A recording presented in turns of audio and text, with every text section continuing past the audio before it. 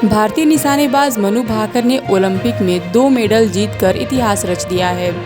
उन्होंने Paris Olympic में 10 metre mixed team event में सरबजीत सिंह के साथ मिलकर ब्रॉन्ज मेडल जीता। यह मनु भाकर का पेरिस ओलंपिक में दूसरा मेडल है। 22 साल की मनु इसके साथ ही ओलंपिक इतिहास में ऐसी पहली भारतीय महिला खिलाड़ी बन गई हैं जिन्होंने एक ही ओलंपिक में 2 मेडल जीते हैं। बता दें कि मनु ने रविवार को 10 मीटर एयर पिस्टल इवेंट में ब्रॉन्ज मेडल जीता था। मुझे तो आप लोगों की जो उत्साह देख रहा हूँ ना, तो वैसे ही लग रहा है कि आप लोग जितने जोश में हो, खुश हो, मैं भी बहुत खुश हूँ।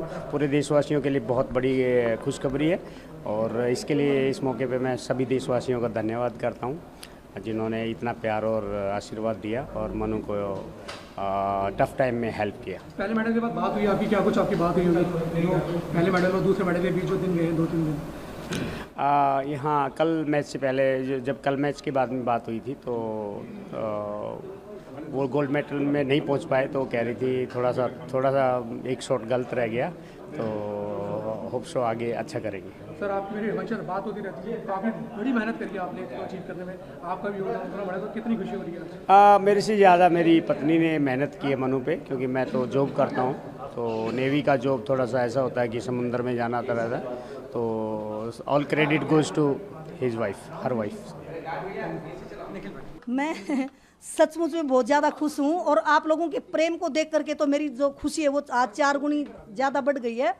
तो आप पूछिए मुझसे क्या पूछेंगे। मैं सुबह से हम लोगों ने जल्दी से सब काम किया, खाना खाया, बैठे भगवान की भक्ति में लीन थे, क्योंकि जब टोक्यो ओलंपिक हुआ था तो मनु की पिस्टल में जो गड़बड़ आई थी वो मंगलवार को ही आई थी। तो आज मैंने कहा कि भगवान आज आपकी भी परीक्षा का समय और हमारे तप का आज परिणाम आपको देखना कि आज हम क्या करेंगे। तो सच्ची में आज हनुमान जी ने जो शक्ति बच्चों को दी है, सर्वजोत और मनु को, वो काबिल तारीफ है। तो ज़िंदगी में मैंने ये अनुभव किया कि शक्ति है दुनिया में जो आज बच्चों को मतलब यहाँ तक पहुँचाया उन्होंने। तो हमारी जो श्रद्धा, हम चारों हमारी फैमिली में, जैसे मेरे पति, मैं, मेरा बेटा और मनु, हम हनुमान जी के बड़े भक्त हैं। हम अपनी पूजा करते रहते हैं। मैं हर रोज़ बच्चों को बोल के, अभी तो जैसे उनकी हैबिट होगी, हर रोज़ हम जय हनुमान ज्ञान गुण सागर श्री हनुमान चालीसा का पाठ करते हैं। और मैं सुबह 4:30 बजे उठ के, जब से मनु ने ट्रायल करी है, मैं पूरे साल से, मैं पूरा जनवरी से लगी हुई है तब करने की भगवान मुझे वो फल अब की बार निष्फल मत करना, फल जरूर दे देना मेरी बेटी को। चाहे मुझे अंगारों पे चलना पड़े मैं चलूंगी, चाहे मुझे कांटों पे चलना पड़े मैं चलूंगी, बट मेरी बेटी को निराश करके मत भेजना। तो आज वो नहीं, मैच नहीं देखा, हम लोग वही तब कर रहे थे जब मेरे नेबर ने आके मुझे बताया कि मनु जीत गई है, तब मैं उठ के आई हूँ। दोनों हस्बैंड वाइफ ने अच्छे से उसके बाद टीवी हमने चलाया है, उसके बाद मैंने मनु को देखा टीवी पे। तो मेरी खुशी इतनी थी कि मैंने कहा मेरे पति को कि पानी दे दो, नहीं तो शायद आज मेरे अंदर हार्ट फेल होगा मेरा, ऐसा कुछ मुझे फील हो रहा था।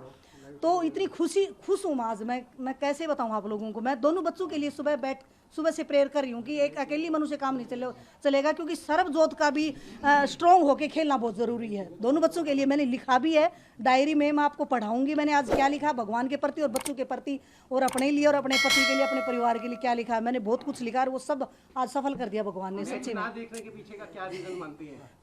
मैं ये रीजन मानती हूँ, क्योंकि जो बोलते हैं कि शूटिंग करते हैं तो उस पर एक माइंड को फोकस रखते हैं। तो मैं सोचती हूँ कि मेरी जो एकाग्रता वो भी मेरी बेटी के बहुत काम आती है।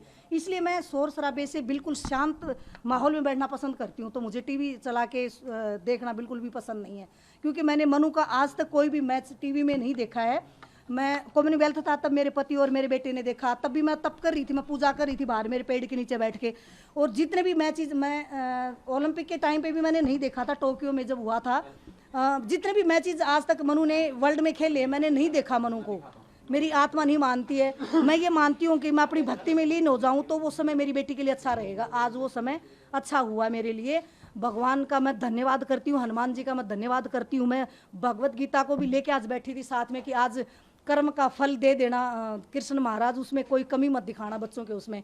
तो आज मेरे शब्द अपने आप अंदर से निकले जा रहे हैं। पहले दिन शायद आप आए थे, इतना मैं नहीं बोल पा रही थी, आज मेरे अंदर भाव अपने आप ही निकल रहे हैं अंदर से। शायद वो भी एक शक्ति भगवान की देन है जो अंदर से आ रहे हैं, बार बार निकल रहे हैं। गीता का जिक्र किया है जी, मैंने गीता पढ़ी है। तो मनु ने गीता अभी शुरू की है पढ़नी, मैंने पढ़ा गीता को।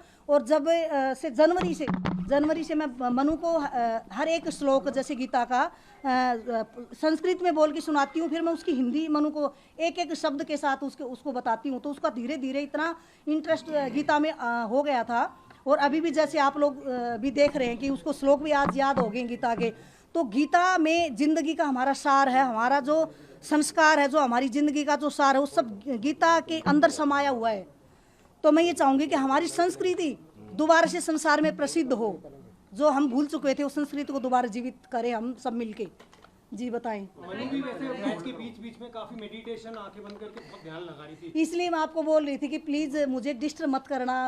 मैच से पहले 12 बजे हम लोग आंख बंद करके बैठे थे, आप लोगों ने हमें फिर डिस्टर्ब कर दिया। आज मेरे हस्बैंड को बड़ी तकलीफ हुई, क्योंकि जब ऋषि मुनि तप करते थे वनु में बैठ के, तो उनके ध्यान को भंग करना बड़ा मुश्किल होता था। तो हम अपने मन को एकाग्र करते हैं, तो उसको एकाग्र करने में बड़ा समय लगता है। तो एकाग्रता बनाने के लिए हमें समय लगता है। फिर जब हम मन में बिल्कुल एकाग्र हो जाते हैं, तो आप डोरबेल बज के फिर वो हमारा जो ध्यान वो भंग हो जाता है। तो मैं ये चाहूँगी कि जितना रहे ना, जितने भी हमारे बच्चे हैं, उनके पेरेंट्स हैं, जब उनका बच्चा बाहर खेलने जाता है तो अपने आप पे फोकस रखो, दुनियादारी से एक बार अपने आप से दूर होके अपने आप को अंदर कैद करो और भक्ति में लीन हो जाओ। बस मैंने यही सीखा इन दोनों मैच चीज में मनु के लिए।